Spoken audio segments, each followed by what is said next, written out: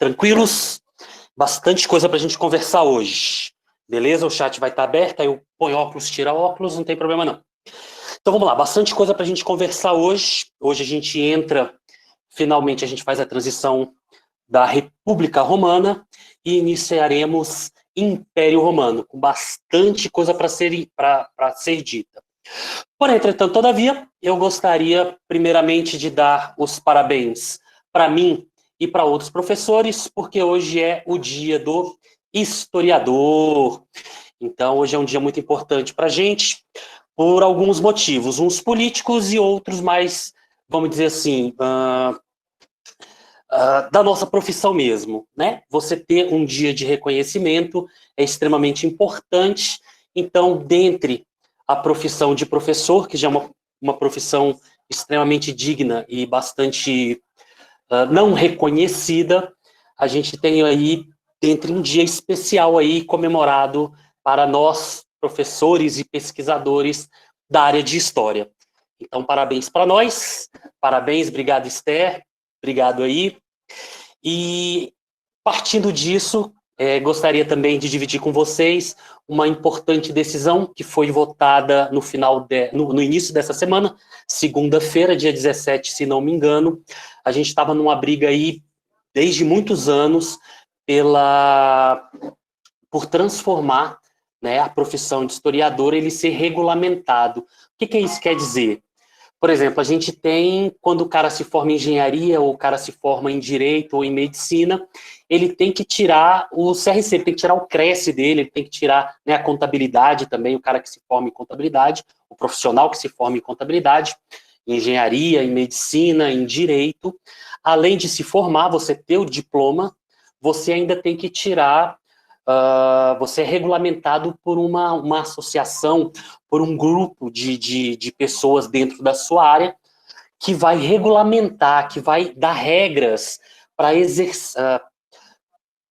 quando se exerce a sua profissão. Então, para a profissão de professor e pesquisador de história, nós não tínhamos essa regulamentação. Dia 17 agora foi aprovada, apesar do presidente Bolsonaro tentar vetar, o Congresso Nacional derrubou o veto do Bolsonaro, e o Bolsonaro, para não ter essa briga e essa indisposição com o Congresso, por N motivos que a gente não cabe aqui discutir, mas ele acabou, né, de forma pragmática e sancionando. Então, a partir do dia 17, agora, a ANPO, que é a nossa Associação dos Professores aí de História, em todo o território nacional, a gente vai estar sendo regulamentado. Isso é extremamente importante para nós, profissionais da área de História, mas principalmente para vocês, alunos, que a gente vai ter não vou dizer um nivelamento, mas pelo menos uma base de profissionais, de professores, né, para a gente ter um nível extremamente razoáveis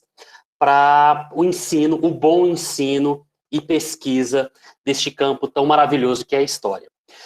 Também gostaria muito de comentar, antes de iniciarmos a nossa aula, já que a história também ela é uma ciência humana, e até dentro do nosso conteúdo, que são civilizações, civilizações ocidentais, é o que a gente está bem vendo o seu desenvolvimento, o seu desenrolar, e como essas sociedades vão se tornando complexas, e os jogos políticos, econômicos e sociais vão dando um pouquinho de um espelho de como nós, seres humanos, nos comportamos e nos organizamos socialmente no tempo, né? A gente vê essas nuances do que o tempo faz com a nossa sociedade. Eu gostaria muito de comentar, dentro de uma perspectiva de desenvolvimento político do Brasil, esse caso hediondo, esse caso bárbaro, que veio aí nas mídias, né, que foi o estupro e a gravidez daquela menina de 10 anos, ali do Espírito Santo, região sudeste aqui do nosso Brasil.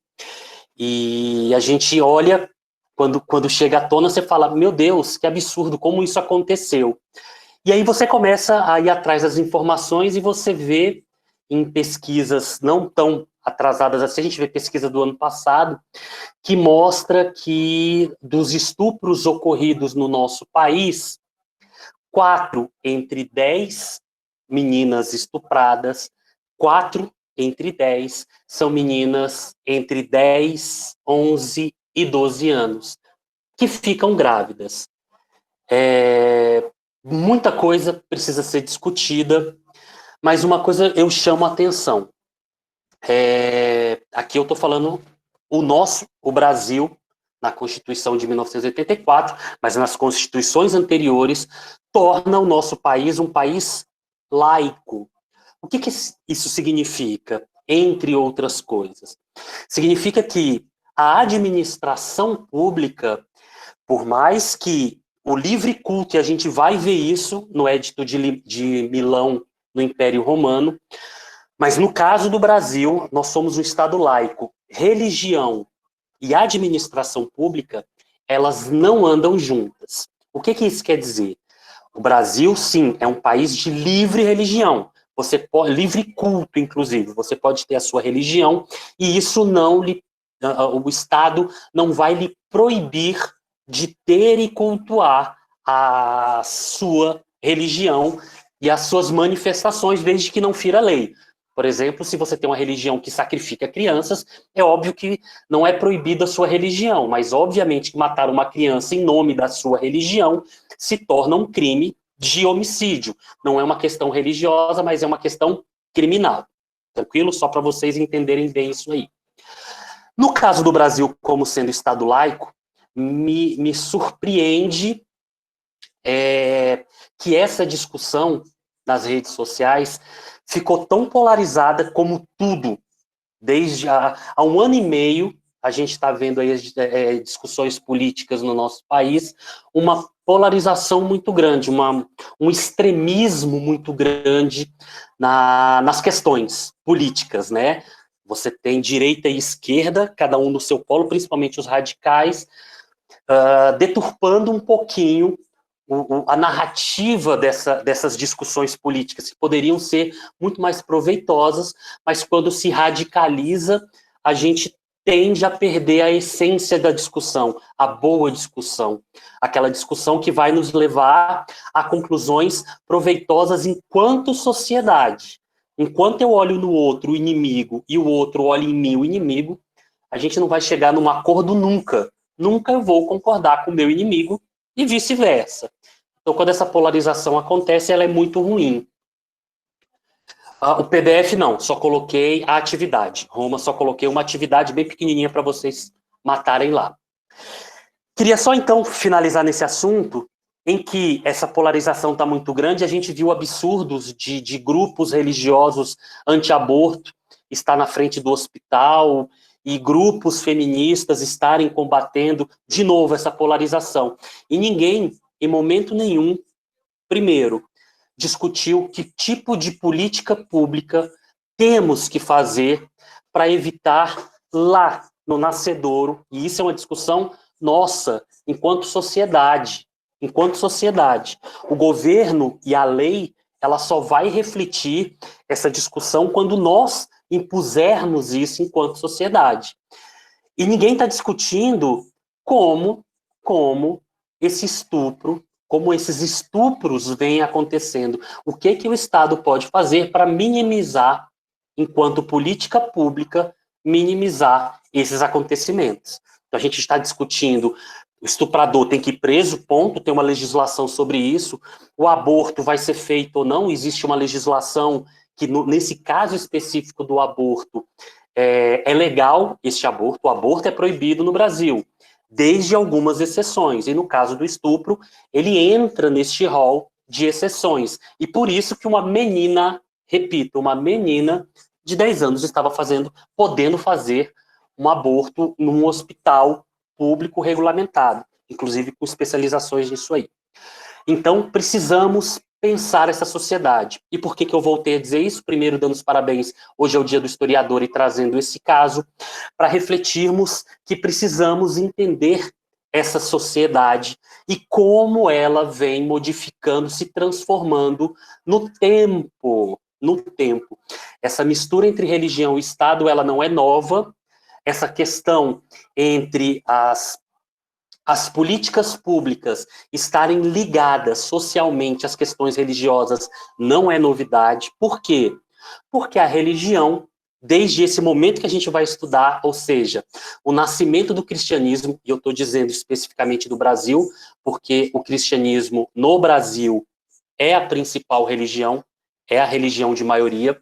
E quando eu digo cristianismo, eu estou falando, obviamente, não só do catolicismo, mas também do protestantismo. São vertentes do cristianismo, né? Então a gente tem que entender essa discussão entre política pública e religião, no caso específico de hoje, como algo separado. Se separa na lei, mas não se separa no quê? Nos costumes e nas tradições. E discuti no terceiro ano, na aula passada, a diferença entre tradição e paradigma. Então, se nós não conseguirmos diferenciar paradigma de tradição, a gente vai estar repetindo certos comportamentos, sem mais esses comportamentos refletirem o real momento daquela sociedade. Dito isso, partiremos então para a nossa aula. Só quis deixar aí essa reflexão, e lembrando que eu também vou deixar uma atividade em cima dessa reflexão, e obviamente fazendo link com o Império Romano, principalmente com Teodósio e Constantino, nos seus Édipos de Milão e Édipos de Constantinopla, que vão tornar o cristianismo, primeiro, uma religião, não vai se tornar uma religião, ela era uma seita e vai se transformar uma religião dentro de Roma, e depois vai se transformar na religião oficial do Império Romano. Mas para isso acontecer, a gente tem que voltar um pouquinho. Antes do Império Romano, a gente está tratando de República Romana. Galerinha, lembrem da última aula. Roma, quando a gente estuda Roma, a gente fez a divisão de governo. Ela vai passar por 3 períodos quando a gente pensa em governo romano. A gente viu a monarquia romana, em que os lásios e principalmente os latinos, que eram os povos indo-europeus que vão dominar essa região da Península Itálica. E assim como aconteceu com Grécia e Mesopotâmia, inclusive com Egito, quem tinha as melhores terras vão se organizar e vão ter o domínio político da região. E esse domínio político, obviamente, vai se converter num formato que o europeu já estava muito familiarizado, que eram as monarquias, ou seja, eu tenho um rei, eu tenho uma liderança. Lembra que a gente trouxe essa discussão? Essa liderança ela pode vir pela excepcionalidade.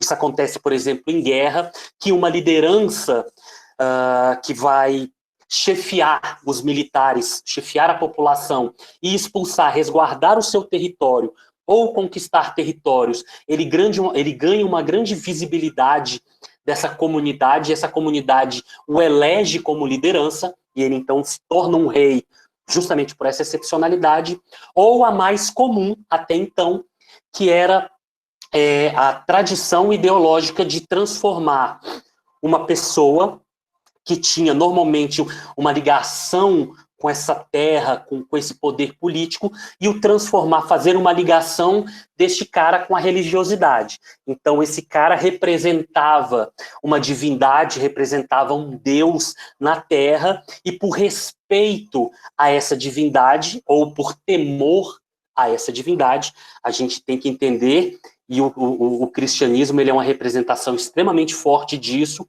que a tendência de você ter um Deus, desse respeito do Deus, a um Deus, ele vem também pelo temor. Um Deus, ele é extremamente poderoso, o que ele pode fazer contra você e contra a própria humanidade é muito grande, e este temor a Deus também lhe traz o respeito. É só você... uma proximidade do Antigo Testamento aqui da nossa Bíblia cristã, tanto da Bíblia evangélica protestante quanto a da católica, a gente vai entender que o temor a Deus ao Antigo Testamento ele é muito forte.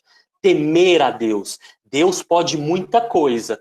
E se essa liderança política ele é um representante desse Deus, é melhor eu respeitá-lo também, porque ele tem uma proximidade No caso do Egito, ainda era pior. Ele não tinha uma proximidade, ele era uma própria divindade, ele era uma representação da divindade Ra, a principal divindade do panteão egípcio, né, de deuses. Ele era essa representação. O faraó, ele tinha essa representação de uma divindade, ou seja, o que esse cara pode fazer de poder? Então eu temo essa liderança, o respeito vem na sequência. A gente vai aprofundar isso lá no segundo ano, quando estudarmos, por exemplo, um teórico que vai aprofundar bastante essa ideia do poder divino do rei, que é Nicolau Maquiavel, na sua obra O Príncipe. A galera que vai querer estudar direito aí, vai querer ser advogado, promotor, juiz, no primeiro semestre estuda com bastante profundidade Maquiavel e essa questão do pragmatismo maquiavélico, ou seja, eu tudo posso fazer para manter o poder nas minhas mãos. Mas então, continuando, essa monarquia, ela teve as suas características, né, principalmente na composição de Roma. Lembrando, tá? Quando eu estou falando de Roma, eu não estou falando especificamente de toda aquela península itálica. Roma, assim como Atenas, Esparta, Tebas, todas essas cidades gregas, Roma também tinha essa especificidade de ser uma cidade-estado. Esse conceito tem que estar bastante solidificado na cabeça de vocês, galera. O que é uma cidade-estado? Não existe um país Itália, não existia um país Grécia. O que existiam eram várias cidades-estados independentes política e economicamente umas das outras. No caso grego, o que unificavam esses padrões, ou essas várias cidades, esses núcleos descentralizados de poder político e econômico, era a cultura grega. No caso de Roma, no primeiro momento, ainda não tem uma cultura romana muito fortemente. Essa cultura romana ela ainda está se formando. E é por isso que é importante. O que Roma tem? Ela tem um reflexo de Alexandre, lembra o Império Macedônico de Alexandre o Grande, que difundiu o quê? A cultura grega. Então, Roma ainda tende a refletir na sua cultura vários traços da cultura grega, mas já transformando. Professor, como é que é isso? Como é que é essa transformação cultural? Como é que ela se dá? Galerinha, vamos de novo. Vamos fazer aqui uma analogia ao nosso grande país, o nosso Brasil. O nosso Brasil, ele é justamente uma simbiose, ele é uma mescla, e essa palavra para nós brasileiros, ele tem uma importância muito forte para a nossa cultura. Ele é uma miscigenação, ele é uma mistura cultural de três grandes etnias, de três grandes frentes culturais. A cultura europeia, com os portugueses, a cultura africana, com os escravos, né, que vieram na diáspora africana para cá, para ser a nossa principal mão de obra, e a cultura indígena, principalmente, obviamente, dessa matriz tupi-guarani, que ali é uma quantidade de etnias dentro do que a gente chama de tronco cultural dos tupis guaranis. A mistura disso aí, essa mescla, essa miscigenação, vai derivar a cultura brasileira. Então, na cultura brasileira, a gente fala pipoca, que é uma coisa extremamente, a mandioca, que é extremamente indígena, a gente fala do cuscuz, a gente fala do atabaque, a gente fala do birimbau, que é coisa extremamente africana, como a gente fala do cristianismo, a gente fala do catolicismo, a gente fala o português, que são derivativos da cultura portuguesa europeia. A junção disso dá uma nova cultura, a cultura brasileira, que ela não é nem europeia portuguesa, ela não é nem africana, muito menos indígena. Ela é brasileira, mas com, obviamente, heranças dessas três matrizes. Deu para entender no caso romano? No caso romano é a mesma coisa. Ela está passando por uma transformação, ela tem a cultura latina dos indo-europeus que vão dominar a região, mas culturalmente essa mistura está acontecendo com a principal vertente da cultura europeia naquele momento, graças ao Império Macedônico de Alexandre, o império da cultura grega, mas com misturas. Na última aula, se não me engano foi o Renato, ele levantou dizendo assim, professor, mas engraçado, né? Quando a gente pensa na mitologia romana, ela é muito semelhante à mitologia grega. Exatamente, é justamente aí um dos reflexos, um dos principais reflexos da cultura grega dentro da romana. A mitologia grega, a mitologia romana e grega, ela se difere nessa... Quando os latinos vão interpretar isso aí, formando a cultura romana, eles vão basicamente modificar a nomenclatura desses deuses. Aí eu dei até o exemplo de Netuno e Poseidon, que se você olhar a essência, o caráter desse, se a gente pode chamar assim, né? O caráter desse deus, o caráter grego e o caráter romano são iguais. O que muda num primeiro momento? O nome. Então, essa cultura grega, ela vai estar fortemente dentro da cultura romana, pelo menos no período monárquico. Beleza, falamos um pouquinho também, na última aula, da transição. Que transição foi essa? A transição se deu, num primeiro momento, pelos conflitos. Então, na monarquia, a gente viu o surgimento das divisões sociais. Se existe alguém que tem o domínio econômico, ou seja, eu domino a terra de melhor produção agrícola, eu tenho o poder econômico. Com o poder econômico, a minha família, ou pelo menos eu vou brigar entre as famílias que têm esse controle, para eleger o rei. Então, se eu tenho poder econômico, ali estava refletindo também no poder político romano. Então, eu tenho a figura do rei. Se eu tenho isso, quem não tem o poder econômico vão formar outras classes. Então, as classes sociais romanas, da cidade de Roma, a gente vai ter lá os chamados os patrícios, que é justamente os romanos, aí já são nascidos na cidade de Roma, mas que têm a sua descendência nesses latinos. Então, eles são romanos, filhos ou neto dos latinos, são chamados de patrícios. E todos os outros, sejam também descendentes de latinos, mas que não conseguiram ficar com terras boas, melhores terras, eles vão ser os plebeus.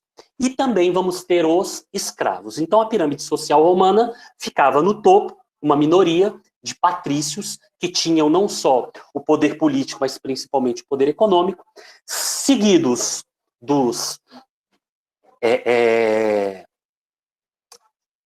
Olha só como é que fica. Já foge a cabeça, né? Os patrícios, os plebeus e os escravos. Os plebeus e os escravos. Em Roma, assim como na Grécia, também vamos ver a escravidão por dívida e também pelaquela mesma motivação. Eu sou um patrício. A minha produção é ótima porque eu tenho as melhores terras, eu faço os melhores comércios e consigo reverter a minha produção agrícola em benefício econômico para mim. Já os plebeus não vão ter a mesma sorte de ter terras boas, mas eles têm que produzir naquela terra. Eles vão conseguir uma produção agrícola tão forte como a minha? Não. E para conseguirem produzir, então eles vão tentar ali produzir, não vão conseguir. Para se manter, eles vão começar a pedir empréstimo, seja de material, seja de grãos, empréstimo de navios para poderem exportar para outros territórios a sua produção. E como a sua produção ele não vai manter ciclicamente bons resultados periódicos, eles vão o quê? Depender e criar dívidas com patrícios. Não conseguindo pagar, se tornam escravos por dívida. Então, historicamente, a gente vê essas duas formas de escravidão na história na antiguidade. A escravidão por conquista, quando um império conquista outro, transformando a população daquele território conquistado em escravos. Então, eles vão trabalhar para manter a minha estrutura econômica. E agora vemos também, em Roma, assim como vimos na Grécia, a escravidão por dívida. Eu sou um cidadão romano, porém, a minha estrutura econômica não me deu condições de me manter, então eu me torno, ao criar uma dívida com os patrícios, eu, plebeu, me torno também um escravo, só que não por território, porque eu sou romano, mas por dívida. Isso é importante, isso não cai, isso despenca nas questões de vestibulares e nas minhas questões também, então se liga nesse detalhe. Falamos um pouquinho, então, o que vai acontecer. A República Romana, eles vão começar a criar, eles vão formar guerras, eles vão ter que montar soldados, um exército, porque vão começar algumas invasões, né? Alguns povos vão começar ali a invadir o território romano. Ainda não são as guerras púnicas, mas alguns povos vão tentar ali essa invasão. Então eles vão ter que formar exércitos para, neste primeiro momento, conter essas invasões de outros povos ao seu território, principalmente a cidade de Roma. E essas guerras não vão ser travadas pelos patrícios. Os patrícios, eles têm que administrar a cidade de Roma e eles têm que administrar sua terra. Então, quem é o grosso que vai para essa guerra? Obviamente que vai sobrar para os plebeus e vai sobrar para os escravos. Os plebeus vão ter que organizar, vão ter que estar à frente desse exército, e em quantidade, obviamente, vão ter que utilizar escravo também, principalmente como soldados, e vão enfrentar, e vão obter êxito. Eles vão conseguir expulsar, nesse primeiro momento, essas invasões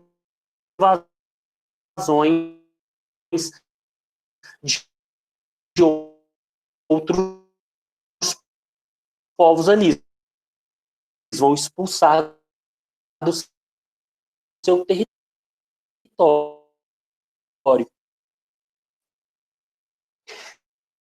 E com isso, eles vão criar o quê? Um grande prestígio. O prestígio, os patrícios vão, estão tendo invasão. Conforme Deus, que já estavam dentro do exército, vão assim, não vamos não. Os comandantes somos nós. Tá travando, né, Rayane? Para você também, Maria Luísa. Eita, será que é a minha internet? Para o resto da galera, como é que tá? Ainda continua? Melhorou?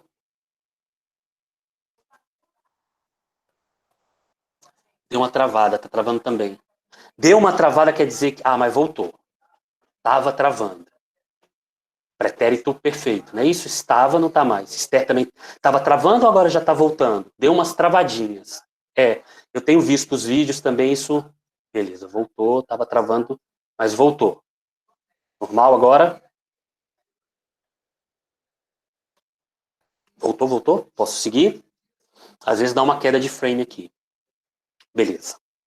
Então vamos lá. Então se liga, a gente está num momento em que os plebeus, que até então não tinham as melhores terras, mas eles vão se tornar um soldado, né? Vão se tornar os militares profissionais de Roma, com o intuito do quê? De expulsar invasões de outros povos àquele território. Até porque Península é muito visualizado por outros povos que não têm acesso ao mar. O mar Mediterrâneo, a gente viu desde os fenícios, lá na Mesopotâmia, era extremamente interessante o acesso ao Mediterrâneo. Por quê? Vocês vão lembrar que o Mediterrâneo era a principal via de acesso a outras civilizações, a outros povos que ficavam ali, principalmente na região costeira, para eu fazer comércio. Então, o comércio, eu escoar minha produção, eu tenho um excesso de produção agrícola, e poder escoar com outros povos que não têm aquela mercadoria que eu tenho em excesso, trocando através do escambo, ou comercializando mesmo, eu troco um feijão por um produto que eu não tenho, que outra civilização cultiva que eu não tenho, é extremamente vantajoso. Então, o acesso ao mar Mediterrâneo vai ser sempre uma busca dos povos europeus.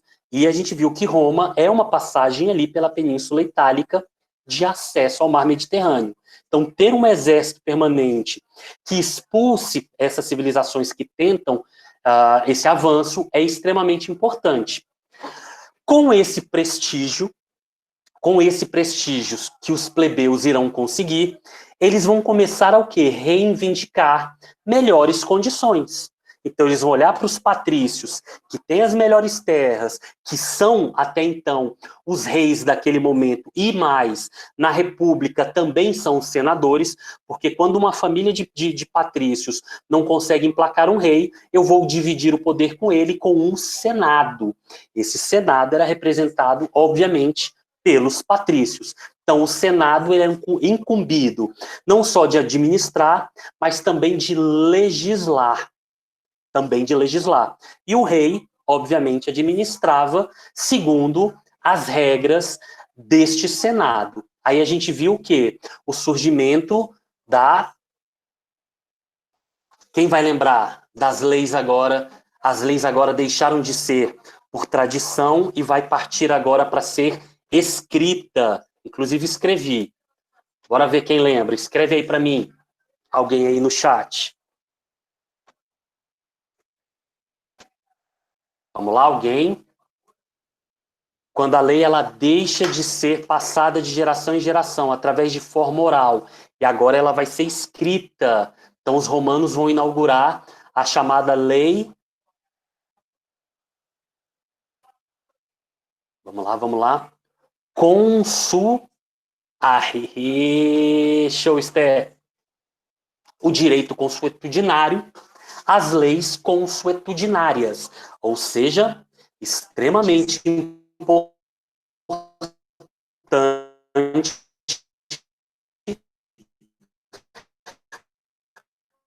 para o direito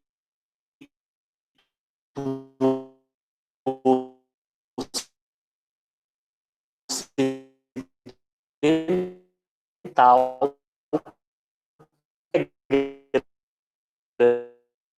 sociais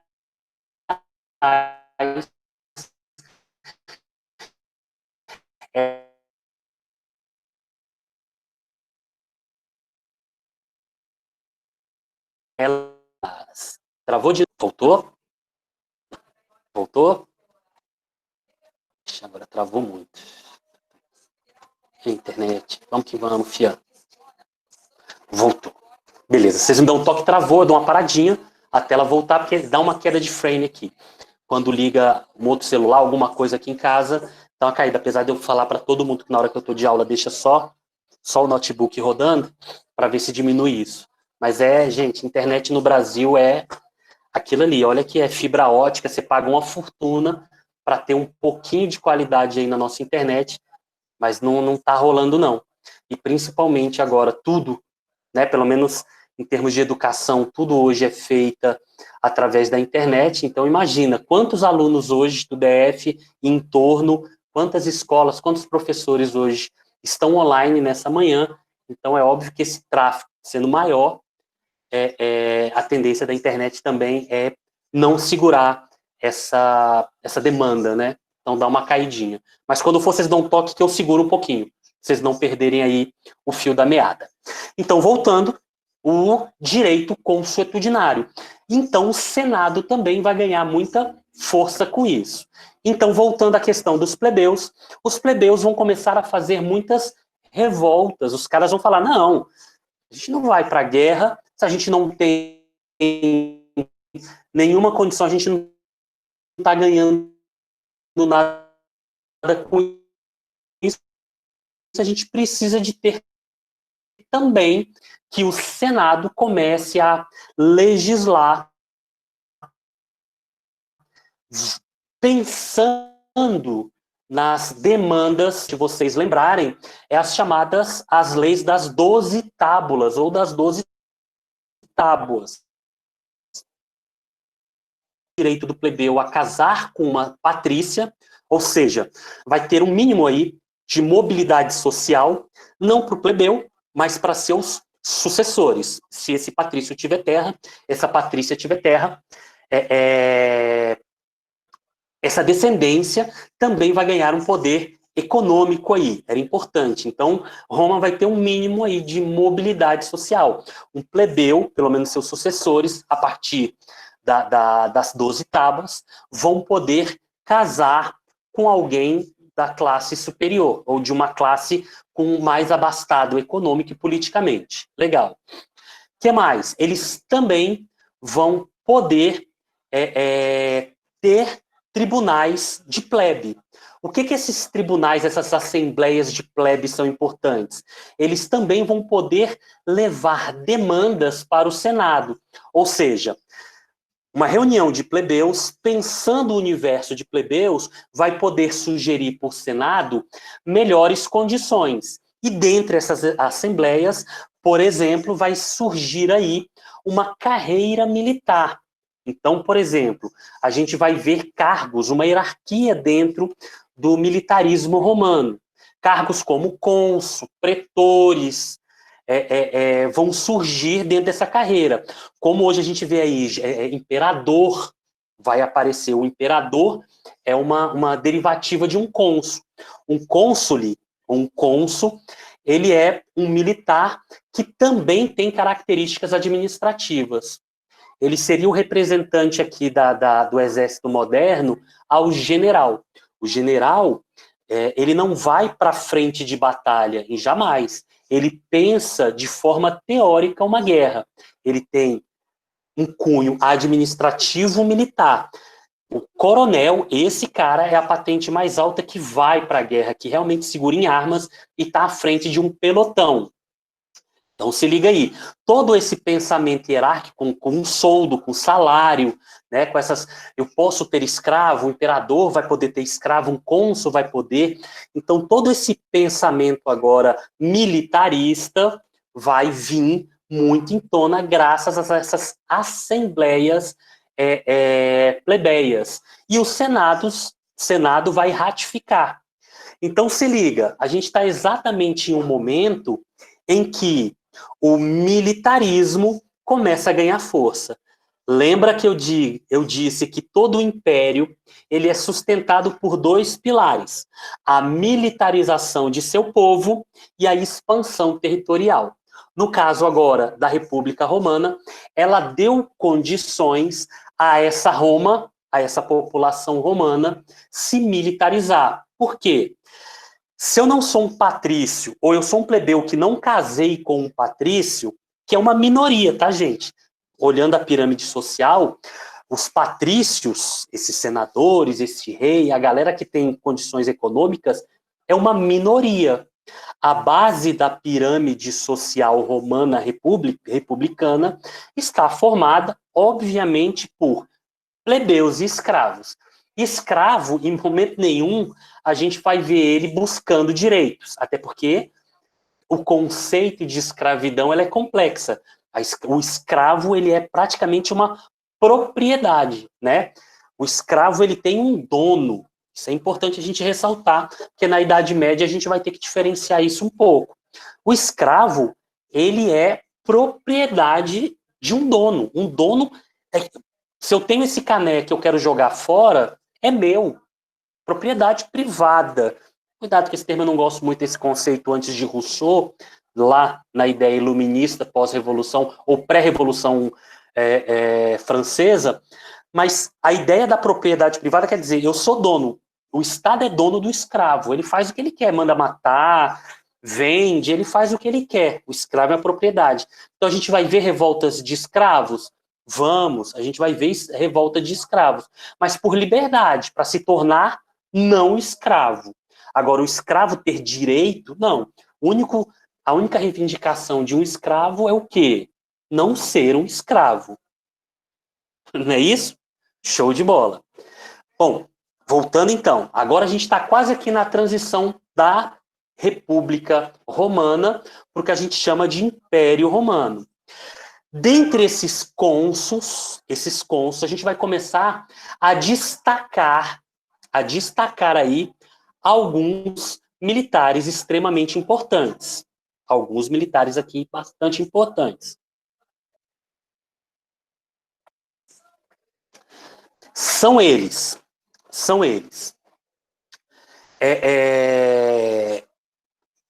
Ah, tá. Antes da gente destacar, a gente precisa entender que, acabei de falar, a gente tem aqui a militarização dos romanos, dessa sociedade romana. O que é a militarização? É exatamente essa ideia agora que eu sou plebeu, e como é que eu vou ascender economicamente? Né? No caso do Brasil, como é que você nasceu de uma classe média, média baixa? Como é que você vai mudar de classe? Lembrando que a sociedade brasileira, a nossa classe, ela é dividida por renda. Então eu tenho a classe A, que tem tantos salários mínimos, a classe B, C, D e E. Então é por renda, né? As classes sociais no Brasil, atualmente, ela é dividida por renda. Então, como é que eu, classe B, me torno classe A? A minha empresa desenvolvendo, se eu sou um empresário, minha empresa deixando de ser uma microempresa, se transformando numa multinacional, se transformando numa empresa gigantesca, e eu saindo o meu lucro da empresa sendo X, passando para Y, eu mudei de classe. Você é classe média, quer passar para uma classe alta. Você é classe C, quer passar para uma classe B. O que você pode fazer? Bom, minha família era de professores, então agora eu consegui estudar, me formei médico, abri uma clínica. Então o estudo é uma forma de você ascender economicamente no Brasil. E no caso da comparação que a gente está fazendo com a Roma, exatamente, eu sou plebeu, eu quero me tornar um patrício, eu quero ascender politicamente. Como é que eu faço? Duas eram as formas. A primeira era que a gente já tinha discutido, eu casar com um patrício, que a lei agora me permite.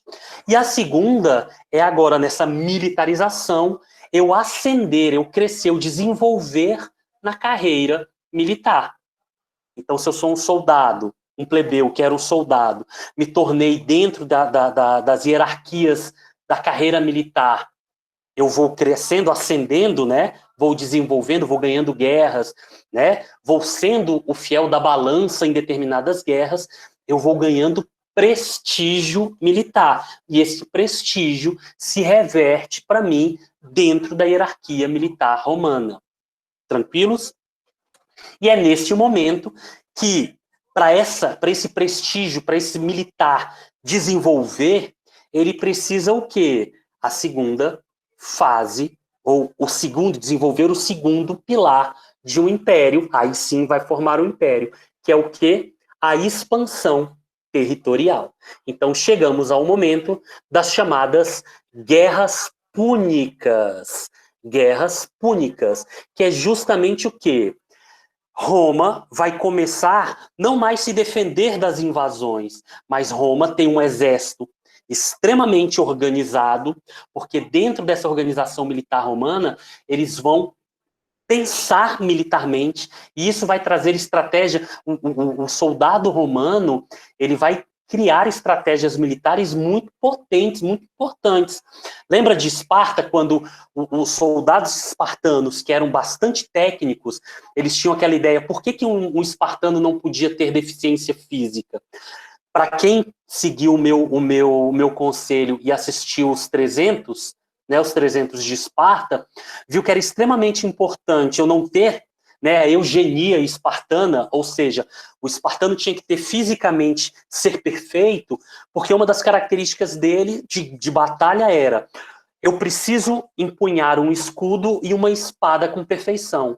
Eu sempre empunho o escudo direito, porque eu não me defendo com o escudo, eu defendo o espartano ao lado, e a espada eu ataco. E o cara que está do lado me defende. Então, essas defesas, eu defendo o cara do lado e ataco de frente. Era uma estratégia espartana que funcionava muito. E os romanos?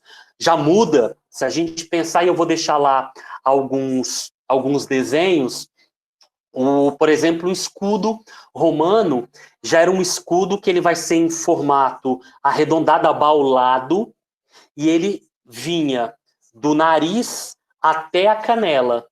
O espartano, por exemplo, ele era em formato em X, ele formava quase um X aqui, justamente por quê? Porque esse X que formava aqui quando eu fazia essa posição, eu podia, na hora que o cara vinha com uma espada entre o escudo, quando eu virava, eu podia desempunhar o inimigo.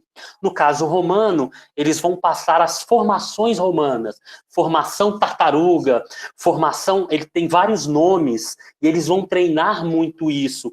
A formação romana, que é uma clássica, eles vão com esses escudos, eles formam um quadrado, uma fileira que vai normalmente com 50 a 60, né, que eles vão formar as legiões, e eles se fecham como se fosse a tartaruga. Os caras da frente com o escudo em frente, os caras da lateral com o escudo em lateral, os caras de trás vão virar de costa e fechar, e os do meio vão levantar aqui contra flechadas, chamada formação tartaruga. E vão ter várias as formações. Eles vão pensar de forma coletiva esse exército. E esse exército vai ser, na antiguidade, o exército que vai ter a maior, as maiores vitórias, vão expandir, não só vão vencer ali grandes civilizações do período, mas como eles vão expandir. Se a gente tinha visto ali o exército de Alexandre o Grande, que tentou, ele vai conseguir ali a Europa Ocidental, e quando ele vai tentar na Ásia, ele não vai ser bem sucedido, no caso do Império Romano vai. O Império Romano ele vai avançar ali para a Turquia, né? Ele vai avançar até Constantinopla, a gente vai entender esse momento, e também vai, inclusive, avançar para a África, né? Eles vão conseguir, inclusive, um grande império da antiguidade, que era o Império Egípcio, vai cair diante o exército romano. O exército romano é muito mais,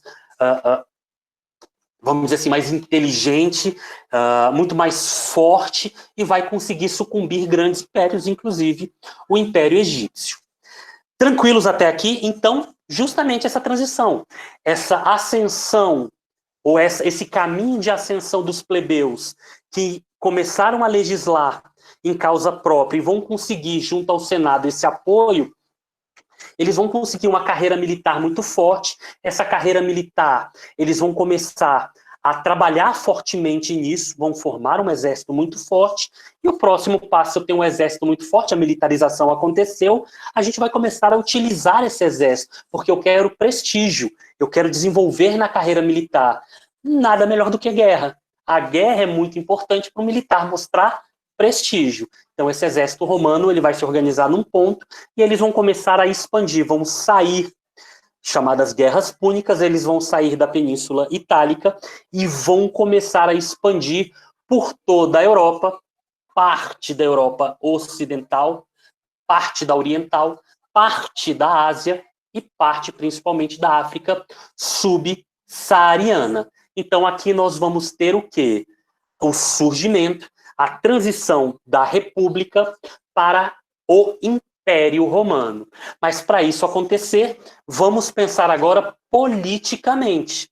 Se eu tenho um império em que o exército finalmente ele é importante, dentre esse exército eu tenho vários comandantes. E esses comandantes, que eram cônsules, agora eles querem o quê? O poder absoluto na mão deles.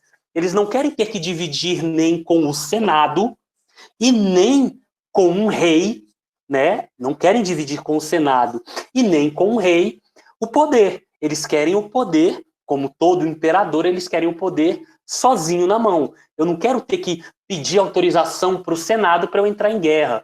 E pior, eu não quero dividir com os senadores, com esses patrícios, o espólio da guerra que eu que estou à frente estou ganhando. Então, se eu já tenho agora, eu, imperador, eu, comandante do exército, estou trazendo a riqueza para dentro de Roma, eu já tenho agora a transferência do poder econômico em minhas mãos.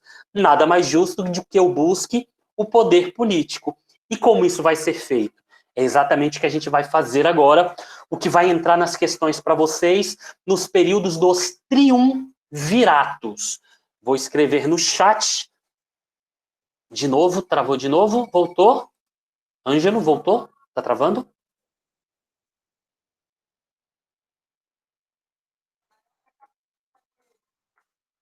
Voltou, gente. Chat, tá tranquilo, beleza. Então, galerinha, tá aí no chat para vocês. A gente vai ter o período do que a gente chama de triunvirato. A gente vai ter o primeiro e o segundo triunvirato. O que são esses triunvirato? Nada mais é do que exatamente esses comandantes das principais legiões romanas. Legiões são como a gente chama os batalhões hoje. Né? Quando você tem um batalhão, comandado ali, um batalhão tem milhares de soldados sobre o seu comando. Então, as legiões são... Para que nome difícil? Mas não é o nome nosso, lembra? E olha que nós, para nós, brasileiros, que temos no português de Portugal uma descendência latina, o idioma, nesse caso o triunvirato, o latim para a gente não é nem tão distante, né? O latim vai ser uma língua que a gente tem que estar um pouquinho familiarizado porque é a nossa origem. Nós somos latinos no termo cultural por essa herança europeia. Às vezes fica um pouquinho difícil porque também nós temos, como eu disse no início, herança africana e indígena. Então, alguns nomes, quando vêm dessa nossa descendência europeia, principalmente latina, a gente tem a dificuldade. Mas é um termo latim, e os romanos vão utilizar muito isso. O próximo, depois dos triunviratos, a gente vai ver a Pax Romana. Pax nada mais é, tá aí os católicos que não me deixam mentir, a paz, né? Pax. Você tem, inclusive, ali muito falado no Novo Testamento, porque o Novo Testamento, principalmente nas epístolas de Paulo, lembre que Paulo também era um cidadão romano, inclusive um filósofo, né? Ele era um estudioso, e ele vai buscar muita inspiração nessa filosofia greco, nessa literatura greco-romana. Sussa, é esses nomes mesmo, galerinha, mas anotem. Lembra que esses nomes chatinhos é onde o examinador gosta de pegar, porque ali tem muito conceito. Então, essa nada mais é do que uma palavra-chave que eu destacaria naquela nossa redaçãozinha que vocês experimentaram aí um pouquinho. Então, a gente vai ter o primeiro e o segundo triunvirato. Para eu explicar, nada mais simples do que o conceito. Se liga. Eu sou um comandante, eu sou um cônsul, eu sou um comandante de uma legião vitoriosa. Então, a minha legião ali está conquistando vários territórios. Mas também existem outras legiões também bem-sucedidas. Se eu agora estou buscando o comando, eu estou buscando o poder político, por que eu vou ser escolhido se tem um outro militar também bem-sucedido? Como que eu vou negociar com outros militares essa hegemonia de poder? Num primeiro momento, ele vai ser negociado. Como? Exatamente, eu vou ter 3 grandes generais romanos, 3 grandes comandantes de legiões romanas, que vão negociar entre si, eles vão chamar e falar assim, você é um grande soldado, você e você também. Mas como é que a gente vai fazer para a gente se organizar, para a gente comandar Roma? Simples. Vamos dividir os territórios. O Império Romano já estava no seu auge, então eu tinha um grande território a ser administrado. Então, para não haver briga entre nós, então 3 grandes comandantes vão dividir o poder de Roma perante os seus territórios. Então, como é que vai ser isso? Eu vou ter um imperador que vai cuidar da parte administrativa e da cidade de Roma. Eu vou ter outro que vai ficar com a Europa e a Ásia, e um outro que vai cuidar da África. Então, eu fiz basicamente essa divisão do poder por territórios. Então, eu vou ter um imperador que cuida ali da parte da Ásia. Então, eu que cuido da parte da cidade de Roma e da Europa Ocidental, não me meto com a administração dele. E o cara que cuida da África, assim sucessivamente. Então, ninguém vai se meter quem está administrando. O romano que está administrando, por exemplo, o Egito. O cara está no continente africano, eu que estou aqui na Europa, não me meto no governo dele. Também não me meto no governo ali da Ásia, porque tem um outro imperador. Então, o triunvirato nada mais é do que a divisão do poder, tudo é Império Romano. Tudo faz parte do Império Romano. Só que eu estou dividindo o poder por 3 grandes soldados. Um galera que tem, e aí, com menos importância, mas o Senado ainda está fazendo lei. O Senado não deixou de fazer lei.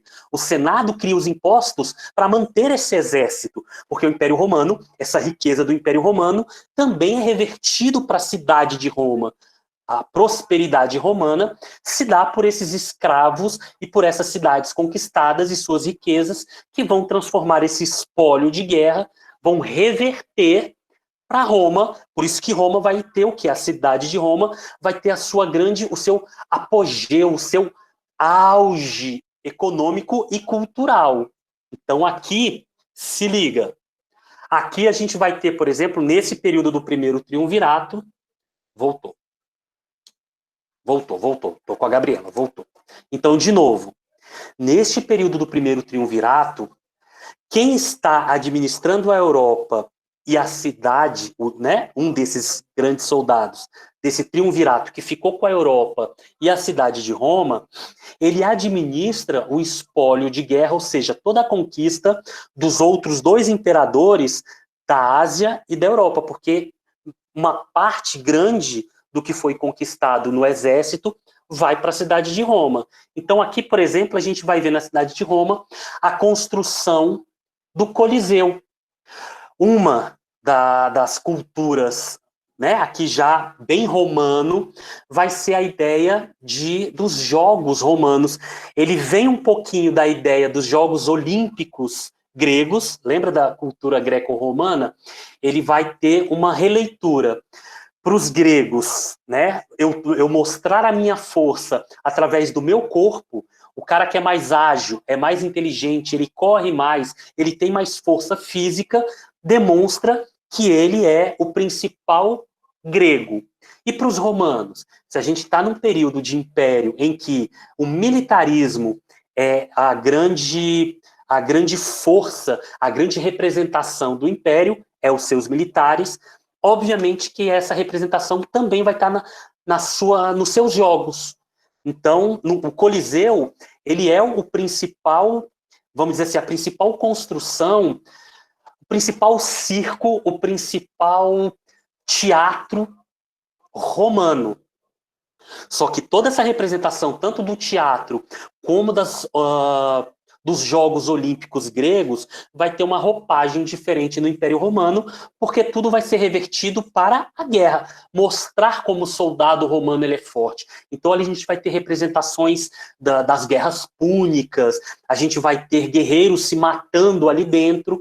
Então ali vai surgir, por exemplo, com o Coliseu. O Coliseu era o principal na cidade de Roma, mas as cidades também conquistadas, as outras cidades do Império Romano, também vão ter seus pequenos anfiteatros, né, os seus pequenos teatros com essa mesma representação. Vai surgir a figura do gladiador. Quem era o gladiador? O gladiador é essa representação do bom soldado, do soldado que morre pelo seu império. Só que ali já nasce diferente. Por quê? Porque ninguém quer morrer, o soldado romano, ele não vai morrer por fidelidade ao império.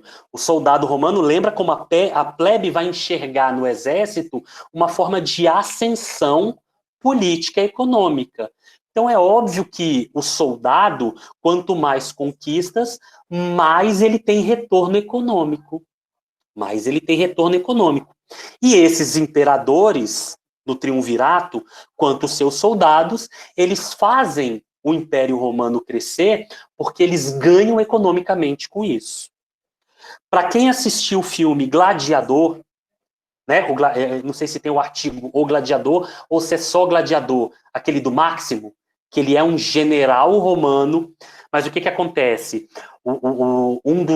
Desse rei, no período justamente, ele vai morrer, e o filho deste imperador achou que ia pegar o comando, ele era um patrício, ele achou que por descendência ele ia se tornar o imperador de Roma, ia ter que se lidar só com o Senado, mas esse imperador gostava muito do seu general, e ele quer que esse general Máximo se torne o imperador. Alguém assistiu esse filme, Gladiador? Ele tem na Netflix. Ele tem. Assista, que vocês vão entender exatamente essa situação, principalmente referente aos gladiadores. Eu estou referindo aqui, eu já assisti. Então, Gabriela, você lembra ali, o Coliseu foi o primeiro, né? Ele começa ali, ele é vendido justamente porque esse filho fica com medo do Máximo se tornar realmente um imperador. Então, ele é vendido como escravo, ele recebe ali um golpe, né? Ele é vendido como escravo, mas ele é um grande centurião, né? Ele é um grande general. E até chegar na cidade de Roma, né? Os gladiadores eram normalmente escravos. E qual é a ideia do gladiador? Eu lutar até a morte, e se eu não morrer, eu ganho o quê? A minha liberdade, mais uma grana. Então essa era a ideia dos gladiadores. Tranquilos? Então, eu estou dando essa ênfase porque é exatamente no período do Triunvirato que a gente vai ver aí o Coliseu Romano e outros coliseus se formarem, e essa ideia de diversão dos romanos, que eram ver os seus escravos lutarem. Ah, lembra também que eu falei que esse filme é muito bom, legal. E lembra que eu falei também que a gente vai ter algumas revoltas de escravos? Então, esses escravos, esses gladiadores eram escravos. E eles também vão aprender a lutar. Eles também vão ter armas. E esses caras armados e treinados também vão se rebelar em busca da sua liberdade. A gente vai ter revoltas escravas. A principal delas, inclusive ele ganhou até, tem filme, chama Espartacus. Espartaco foi um gladiador escravo romano que ele vai fazer aí uma revolta com outros gladiadores e vão fugir, vão conseguir a sua liberdade através da força. Então, para quem tem seriado, não sei se na Netflix, ele é um pouquinho mais antigo, acho que tem uns 5, 6 anos. Mas se você procurar, inclusive no YouTube, tem aí também chamado de Espartacus, né, que é um seriado justamente contando, tem um filme também, tem um filme da década de 60, 70, que conta essas revoltas escravas junto aos gladiadores. Então é uma cultura muito forte. Guardem aí, Coliseu e a política de você estar ali alimentando essa cultura romana de assistir espetáculos dentro desses coliseus, dentro dessas arenas. Tranquilos? A gente volta nisso. Tá.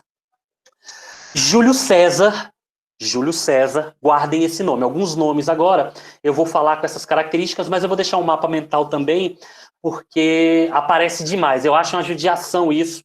Você está tendo que lembrar nome de imperador e o que ele fez, né? Então, eu acho isso uma judiação com o aluno, porque aí a história ela perde o sentido de uma narrativa, de uma discussão intelectual, de um contexto social, para eu ter que estar decorando data, nome.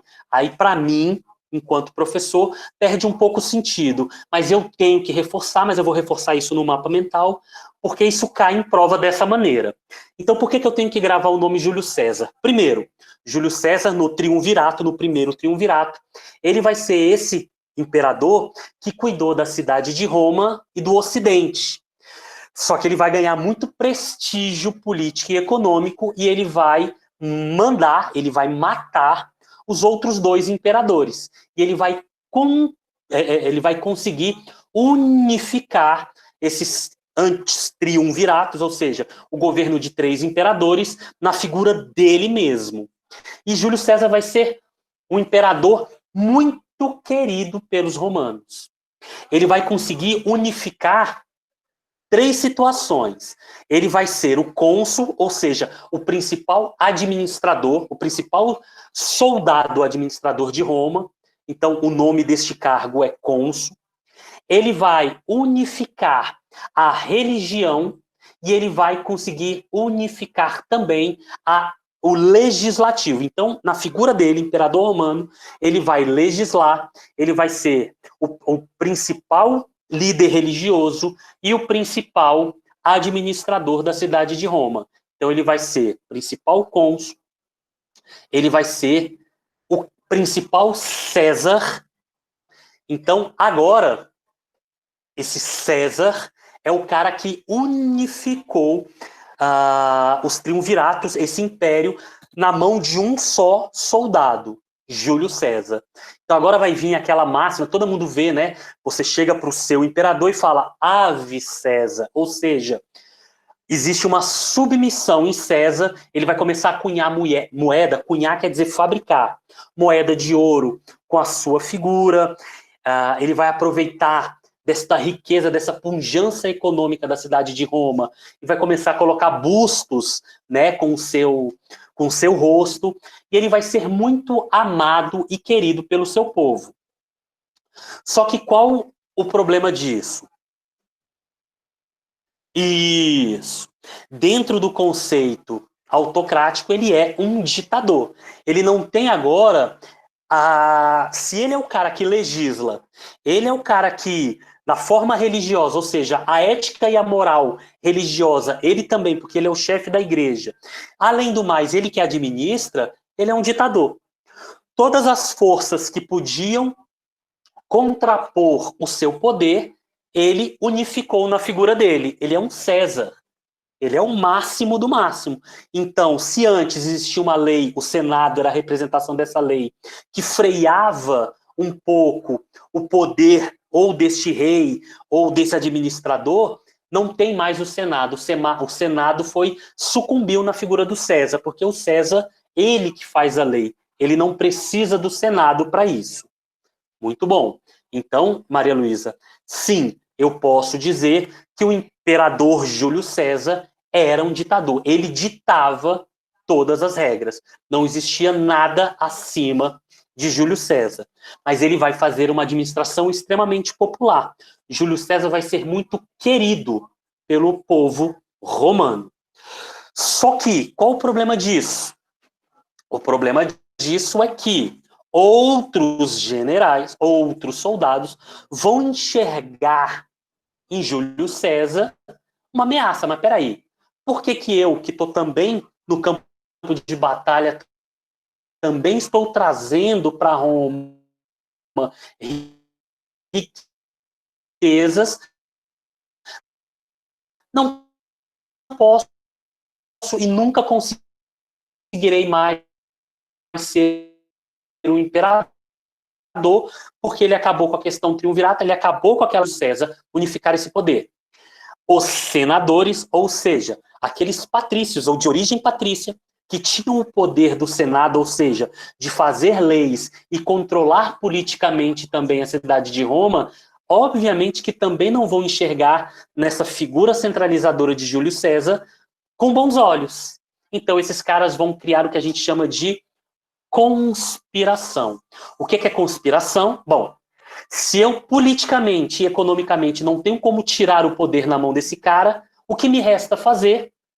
Num primeiro momento, a gente não vai ver ainda a ideia de um golpe. Né? O golpe ele vai vir com a modernidade. A gente vai entender o que é um golpe. Tirar na mão de alguém, mas de forma legal. Eu não vou precisar matar, apesar do que a gente não vai ver nenhum golpe na modernidade, só na contemporaneidade, que esse golpe, os golpes também, mesmo de forma política, vão matar reis.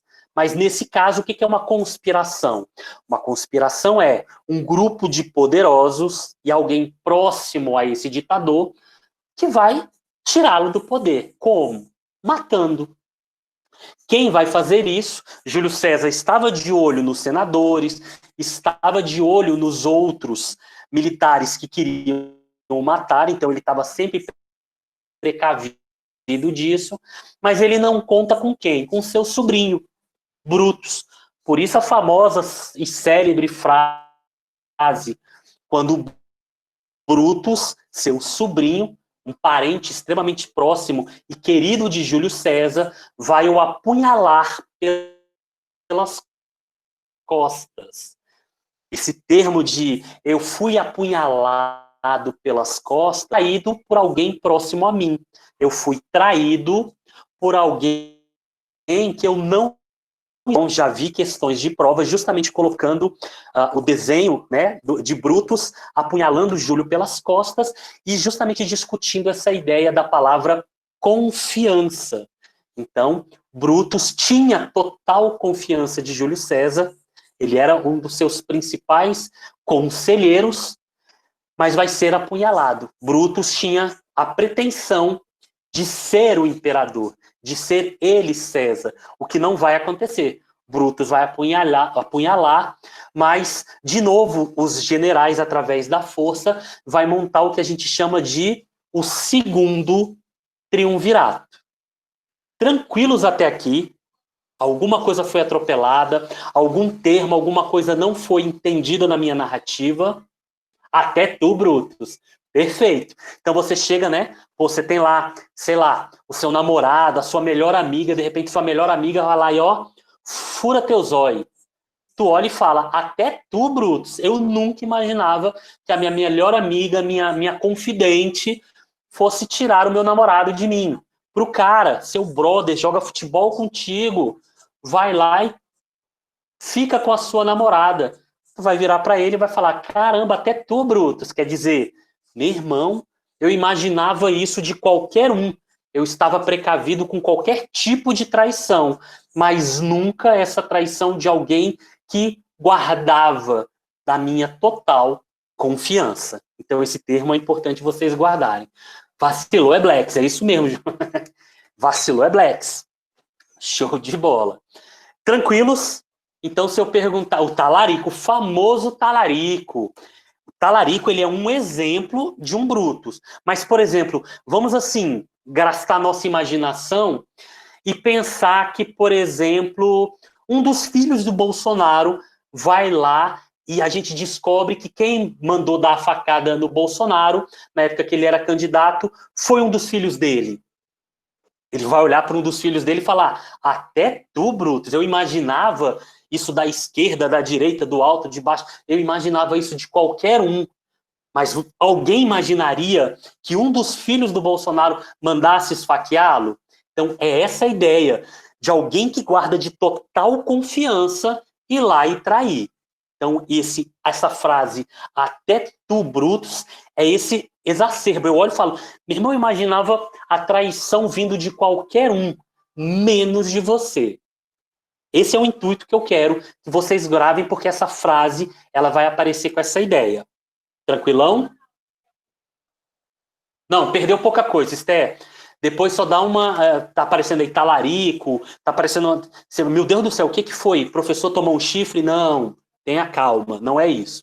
Se você perdeu a parte do até do Brutus, depois você pega aí, importante com os meninos, eu vou deixar texto também, para vocês não perderem. Então, o que, que eu preciso de tudo que eu falei? A importância de Júlio César ter unificado, se transformado em César.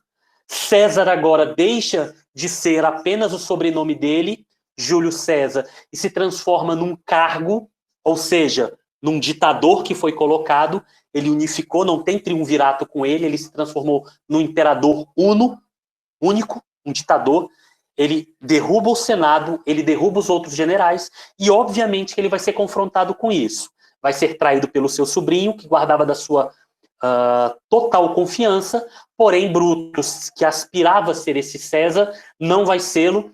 De novo, vai vir um triunvirato, um outro triunvirato com outros 3 generais, inclusive com um primo de Júlio César, Otávio Augusto, que vai repetir de novo o caso de Júlio César.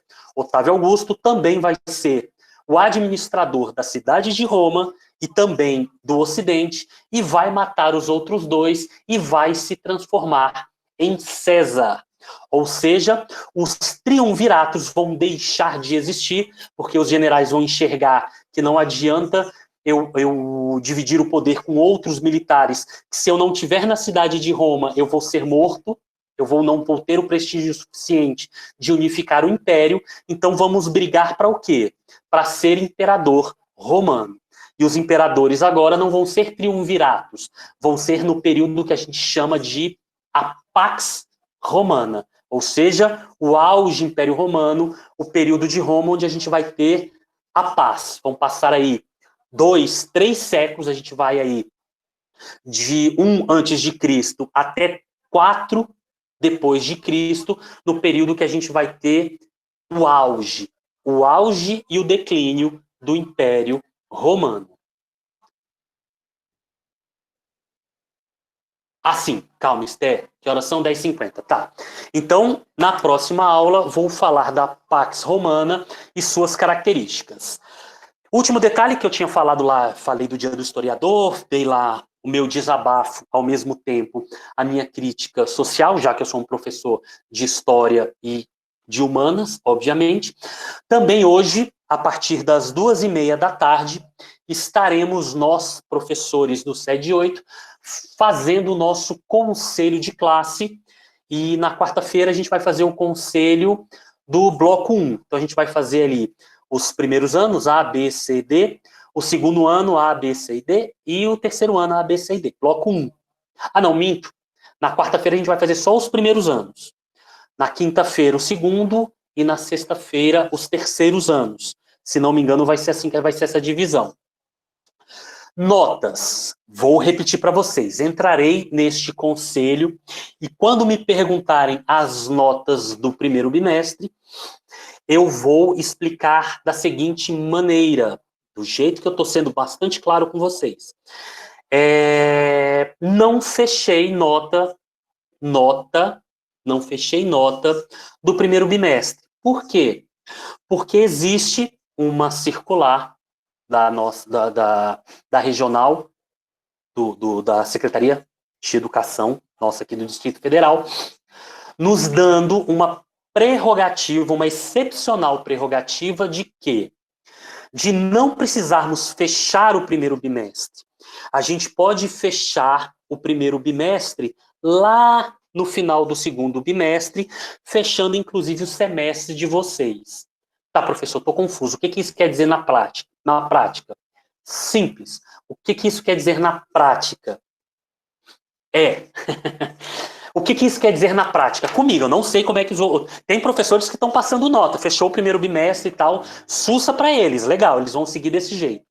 Para mim, não. Eu quero realmente, no máximo que eu puder aí, dar o máximo de chance para vocês. Na prática, o que isso quer dizer? Quer dizer que os alunos que não fizeram as atividades e não assistiram aula no primeiro bimestre, não é que não ficaram no primeiro bimestre, ficaram, porque não fizeram nada. Mas então eu vou reprovar? Não, eu nem, entre aspas, fechei a nota de vocês. Por quê? Porque eu quero fechar lá no final tudo. Então vamos supor que lá no final do semestre, ou do segundo bimestre, eu coloquei 10 atividades e você fez 6 atividades. Ah, professor, mas eu entreguei dessas 6, eu entreguei 5, mas uma eu entreguei atrasadona, era lá do primeiro bimestre, e eu só entreguei depois. Que bom, eu vou contabilizar ela para te passar de ano. Na prática, o que eu quero dizer? Galera, as atividades que estão abertas, mesmo do primeiro bimestre, faça, porque ela vai contar muito agora para sua aprovação. Tem mais isso de primeiro e segundo. Faça tudo o que tiver lá, que a sua aprovação é garantida, porque eu só vou pensar em nota no final do semestre. Deu para entender? Ah, professor, poxa, mas é injusto. E eu que fiz tudo certinho? Não é injusto. Você vai continuar fazendo sem se preocupar em ter que fazer do passado. Você está em dia, você está na crista. Você está fazendo, saiu uma atividade, eu fiz. Eu não vou precisar acumular, não vou precisar esquentar a cabeça de ter que correr atrás do que ficou.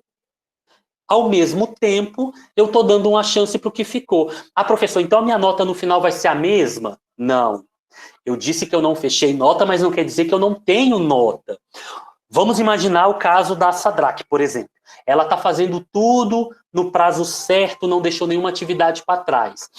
É justo com o Joãozinho, que ele aproveitou a chance que eu estou dando e correu atrás das atividades dele que ele não entregou no dia, ele está me entregando tudo atrasado, mas ele está fazendo. Vai chegar lá na frente, quando você olhar a nota da Sadraque, da Esther, e desse Joãozinho. Vai ser a mesma nota, agora eu estou falando de nota. Os dois, se ele fez mesmo atrasado, mas ele fez, ele está aprovado? Ele está aprovado. E a nota?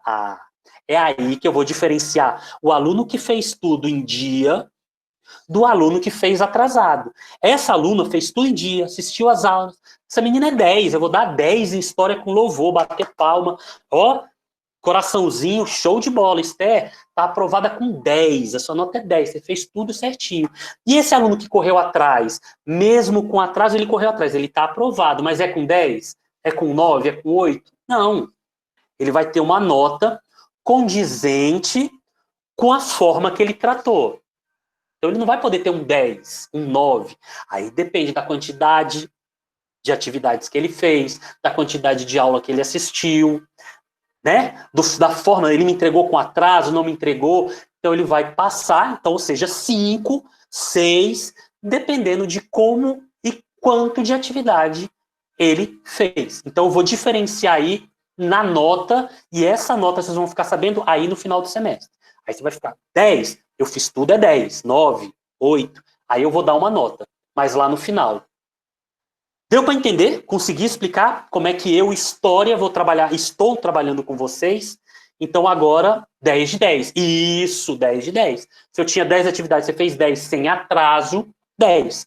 Professor, era 10 de 10, eu fiz as 10, mas entreguei 2 com atraso. Opa, 9, 9,5. Aí eu vou criar o critériozinho direitinho para a gente ir, né? Entregou, mas entregou com atraso. Então você vai ser penalizado um pouquinho nisso aí também, até porque o 10, a perfeição, é o aluno que me entregou tudo, no prazo certo, com tudo correto, dentro do que foi pedido. Ou seja, é um aluno que já pode ir para a faculdade, não precisa nem fazer o segundo e terceiro. Em história, ele está perfeito. E ainda não existe esse aluno. Não conheci eles ainda com 18 anos de sala de aula. Sempre precisa melhorar um pouquinho. Mas, pô, 10 de 10, menos do que 9 esse aluno não vai ter. Mesmo entregando algumas atividades com atraso, menos de 9 eu garanto que esse aluno não vai ter. Deu para entender? Fechamos agora. Então, agora, para uma questão de proforme, no conselho eu vou passar sim as notas, eu tenho. Quem não fez nada, eu tenho um aluno que não fez nada. Só que o que acontece? Ele vai ter chance? Vai. Eu vou atrás desse aluno agora. Né? A gente vai brigar ali, eu vou ver o representante de vocês, quem é, e aí? Gente, o que está acontecendo? Ah, ele está sem... Aí eu vou ter que particularizar cada um e ver como a gente vai resolver isso. Vamos na casa desse aluno levar atividade por escrito, a apostila. A gente precisa criar. Tudo que a gente puder fazer para salvar esse aluno vai ser feito. Tudo que eu puder fazer. Por isso que eu não quero agora jogar um balde de água fria e falar, meu irmão, tu ficou no primeiro bimestre. Eu não estou pensando em bimestre. Eu estou pensando no semestre, eu estou pensando no ano. E para o ano eu quero salvar todo mundo. Eu quero um barco único com todo mundo dos primeiros anos dentro e a gente chegando em terra firme lá em janeiro de 2021.